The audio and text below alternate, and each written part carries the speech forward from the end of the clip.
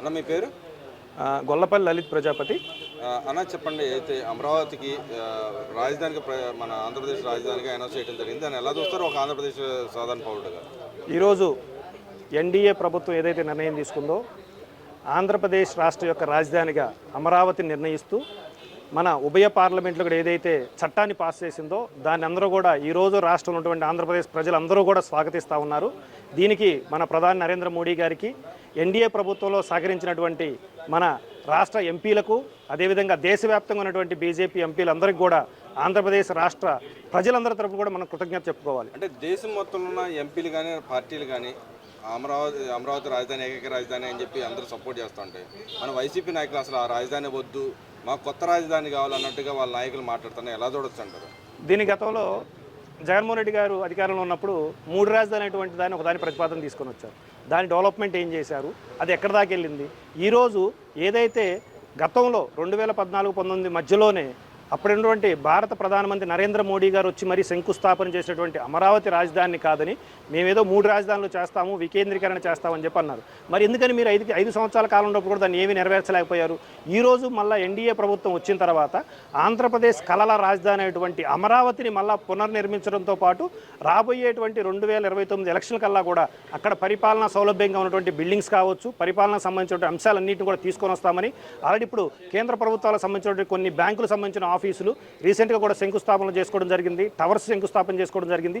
ఇవన్నీ కూడా 2029 ఎలక్షన్ ముందు కల్లా కూడా కట్టి వాటిని ప్రజలకందరికీ అందుబాటులో తీసుకురావడంతో పాటు ఈ ఆంధ్రప్రదేశ్కి రాష్ట్రానికి ఏర్పడిన తర్వాత వచ్చినటువంటి ఈ అమరావతి రాజధాని అయితే ఉందో, మన దేవతల రాజధాని ఏదైతే చెప్పుకుంటున్నామో దీన్ని ప్రపంచంలోని అత్యుత్తమ రాజధానిగా తీర్చిదిద్దడానికి ఎన్డీఏ ప్రభుత్వం కంకణం కట్టుకునే మాట వస్తాం. ఇప్పుడు ఏదైతే విపక్షాలు దీని గురించి ఏదో కొత్త ప్రతిపాదన తీసుకొని వస్తున్నాయో, అసలు మీ ప్రతిపాదన అనేది మీరు అధికారంలో ఉన్నప్పుడు ఏం చేశారు? ఇప్పుడు ఏదో కొత్తగా మళ్ళీ కొత్త సబ్జెక్టుని తీసుకొస్తున్నాము, జనాలను కన్ఫ్యూజన్ చేయడం తప్పితే మీరు నిజంగా ఆంధ్రప్రదేశ్ రాష్ట్ర అభివృద్ధికి కట్టుబడిన ఉన్న వ్యక్తులు అయితే భారత పార్లమెంట్లో ఈరోజు ఏదైతే ఆమోదం పొందిందో అమరావతికి మీరు బేషరతుగా దానికి మద్దతు తెలియజేయాలి.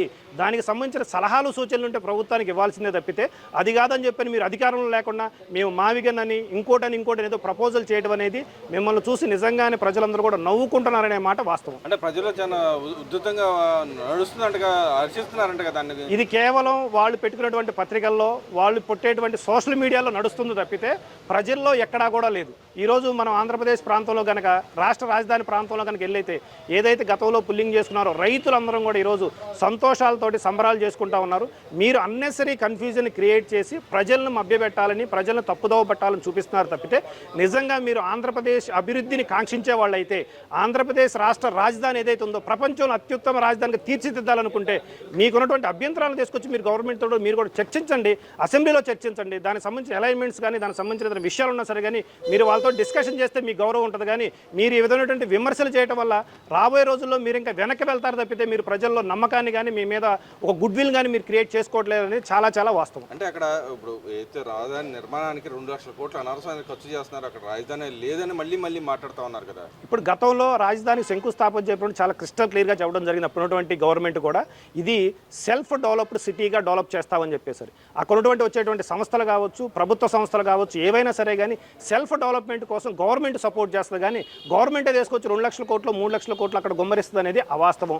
మీరు కేవలం మీ రాజకీయ లబ్ధి కోసం మాత్రమే ప్రజలను తప్పుదో పట్టించాలనేటువంటి ఉద్దేశం మీదే మీరు ఇటువంటి వ్యాఖ్యలు చేస్తున్నారు తప్పితే మీరు రియలిస్టిక్గా కావాలంటే మీ ప్రజాప్రతినిధుల్ని మీరు అందరినీ కూడా మీరు కావాలంటే అమరావతి ప్రాంత రాజధానిలో ఉండగా అదేవిధంగా ఆంధ్రప్రదేశ్ రాష్ట్రంలో ఏ మూలకైనా పంపించండి, ప్రజలందరూ కూడా అమరావతి ఏకైక రాజధాని అని చెప్పి అందరూ జై కొడతా ఉన్నారనేది వాస్తవం.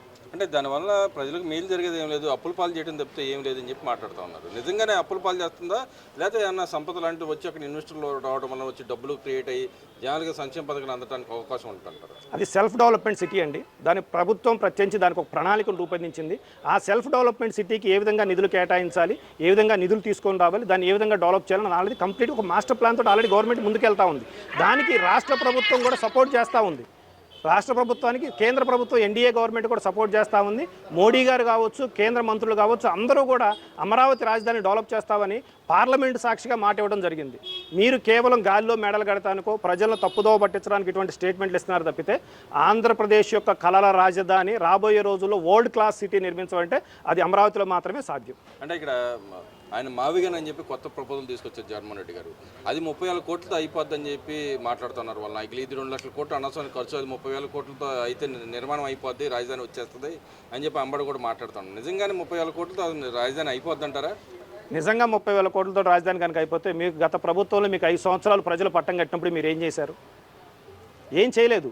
మీరు ఏమీ చేయకపోగా రాష్ట్ర రాజధానిలో కన్ఫ్యూజన్ క్రియేట్ చేసి ప్రజలందరూ కూడా కన్ఫ్యూజన్ స్టేట్లో తీసుకెళ్లాలి తప్పితే మీరు నిజంగా అంత చిత్తశుద్ధి గలవాళ్ళు అయితే ఆంధ్రప్రదేశ్ రాష్ట్రాన్ని అభివృద్ధి చెందాలి, ఆంధ్రప్రదేశ్ రాష్ట్రానికి ఒక రాజధాని పర్మనెంట్ రాజధాని ఏర్పాటు చేయాలంటే మీరు అప్పుడులో 3 రాజధానుల ప్రతిపాదన ఎందుకు తీసుకొచ్చారు? ఇప్పుడు 3 రాజధానులు పోయి 3 సిటీలకు వచ్చిందా? మచిలీపట్నం, విజయవాడ, గుంటూరు అనేటువంటిది.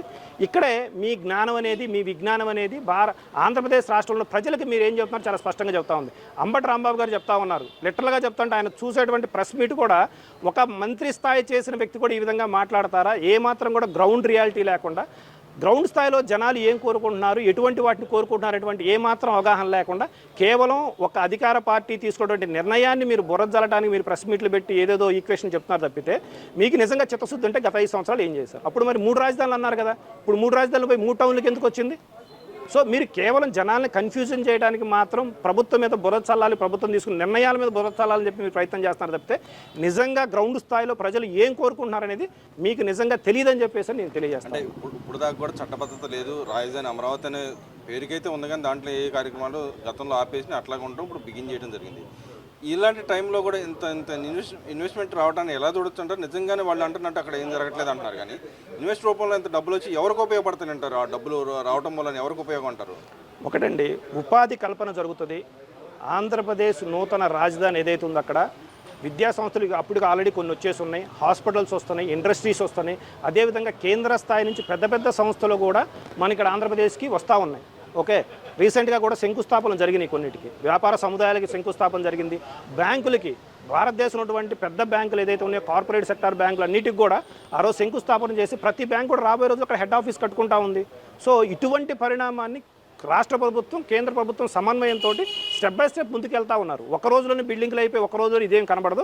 100కు 200% 2029 ఎలక్షన్ కల్లా ఈ రాష్ట్ర రాజధాని ఏదైతే అమరావతి ఉందో దానికి కేంద్ర ప్రభుత్వం కూడా సంపూర్ణ సహకారం ఇస్తుంది.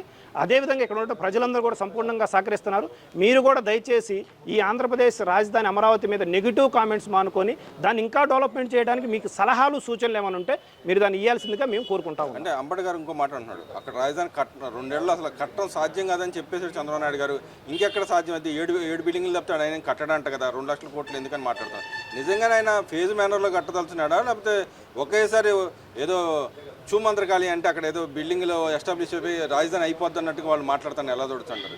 ఏమండి, ఆల్రెడీ ఇప్పుడు సీడ్ యాక్సిస్ రోడ్లు ఏదైతే ఉన్నాయో, ఎన్హెచ్ హైవేస్ ఏదైతే ఉన్నాయో, ఈరోజు మీరు కావాలంటే రాజధానిలో పరిశీలించండి, రోడ్స్ అన్నీ కూడా శరవేగంగా డెవలప్ అవుతూ ఉన్నాయి. రోడ్స్ డెవలప్ అయినాయి అంటే మిగిలిన వాటికి స్థలాలు కేటాయించడం కానీ వాటికి అవకాశాలు ఉండడం కానీ పెద్ద విషయం కాదు. సో ముందు ఇన్ఫ్రాస్ట్రక్చర్ ఏదైతే ఉందో దాన్ని డెవలప్మెంట్ చేయడానికి ఆల్రెడీ రాష్ట్రం పూనుకుంది. ఆ ఇన్ఫ్రాస్ట్రక్చర్ మొత్తాన్ని కూడా డెవలప్ చేస్తూ ఉంది. ఈరోజు మనం చూస్తాం, అంతకుముందు విజయవాడకు వచ్చే హైవే ఏదైతే ఉందో ఈరోజు రాజధాని మీదుగా డైరెక్ట్గా గొల్లపూడి దాకా వెళ్తూ ఉంది. అది ఎవరి హయాంలో జరిగింది?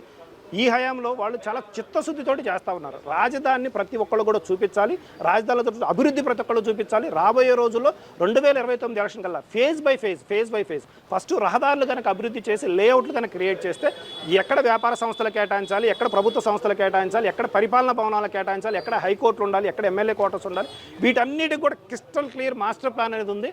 మీరేదో పత్రికల ముందు 4 మాటలు మాట్లాడేంత మాత్రాన ఇదేం కన్స్ట్రక్షన్ అవ్వకుండా ఉండేది కాదు.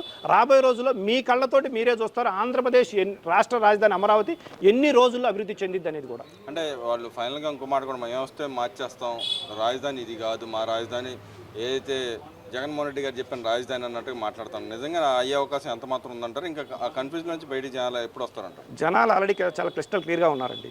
సరే, చంద్రబాబు నాయుడు గారు అప్పుడు అసెంబ్లీ కట్టారు, సెక్రటేరియట్ కట్టారు. మీ హయాంలో మీరు దాన్ని ఏమైనా చేయగలిగారా?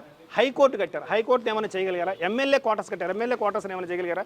కేవలం ఇదంతా కూడా మీరు రాజకీయంగా జనాలను కన్ఫ్యూజన్ చేసి మీరు ఏదో లబ్ధి పొందాలని ప్రయత్నిస్తారు. కానీ జనాలకు ఆల్రెడీ క్రిస్టల్ క్లియర్గా తెలుసు, ప్రధాన నరేంద్ర మోడీ గారు పీఎంగా ఇక్కడ రాష్ట్రంలో ఎన్డీఏ గవర్నమెంట్ ఉంటే చంద్రబాబు నాయుడు గారు కానీ ఉప ముఖ్యమంత్రి పవన్ కళ్యాణ్ కానీ అదేవిధంగా బీజేపీ రాష్ట్ర అధ్యక్షులు మాధవ్ గారి సహాయ సహకారాలతోటి ఈ అనుమతుల దగ్గర నుంచి ప్రతి ఒక్క సంస్థ కూడా వేగంగా ఇక్కడికి వచ్చేసి 2029 కల్లా కూడా అన్ని బిల్డింగ్స్ అన్ని డిపార్ట్మెంట్స్ కూడా ఇక్కడ ఎస్టాబ్లిష్ అవుతాయి అనేది ప్రజలందరూ కూడా విశ్వసిస్తూ ఉన్నారు.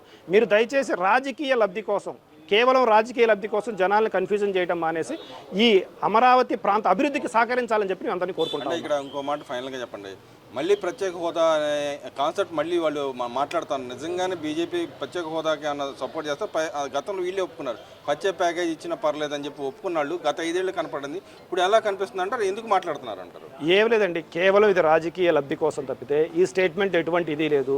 మీరు గతంలో చెప్పారు మేము నరేంద్ర మోడీ గారిని కలుస్తున్నాం, నిధులు తీసుకొస్తున్నాం, అవి చేస్తున్నాం, ఇవి చేస్తున్నాం. మరి ఎంతవరకు సాధించారు? మరి మీరు ఏం సాధించారు? ఇప్పుడు ఎన్డీఏ ప్రభుత్వం ఉంది, ప్రభుత్వంతో భాగస్వామ్యం ఉంది. కేంద్రంలో కానీ రాష్ట్రంలో కానీ TDP party, BJP party, Janasena party ఒక కూటమిగా ఏర్పడి ఎన్డీఏ కూటమి ద్వారా కూడా సాధిస్తూ ఉన్నాయి. ఈరోజు మీరు జనాల్లో చూస్తూ ఉంటే చాలా స్పష్టంగా క్రిస్టల్ క్లియర్గా ప్రజలకు ఇచ్చేటువంటి సంక్షేమ పథకాలు కావచ్చు, రాష్ట్రంలో జరుగుతున్నటువంటి అభివృద్ధి కావచ్చు, ఇండస్ట్రియల్ పరంగా కానీ రోడ్స్ పరంగా కానీ ప్రతిదీ కూడా ఎన్డీఏ గవర్నమెంట్ చాలా అద్భుతంగా జరుగుతూ ఉన్నది. జనాలందరూ కూడా గమనిస్తూ ఉన్నారు. మీరు కేవలం ప్రెస్ మీట్లు పెట్టుకోను, మీ సొంత మీడియాలోనో మీ సొంత సోషల్ మీడియాలోనో మీరు కార్యక్రమాలు లేదా ఒక ప్రాపగండా చేయడం వల్ల దీనివల్ల జనాలందరూ కూడా ఎవరు కూడా దాన్ని హర్షించరు. మీకు ఒకళ్ళారో ఎవరైనా అభిమానులు ఉన్నా సరే కానీ మీరు ఇటువంటి స్టేట్మెంట్స్ చేయడం వల్ల రాజధాని ప్రాంతంలో కూడా రాబోయే రోజుల్లో మీరు 0 టికెట్స్ తోటి మీరు ఉండడానికి సిద్ధంగా ఉండండి.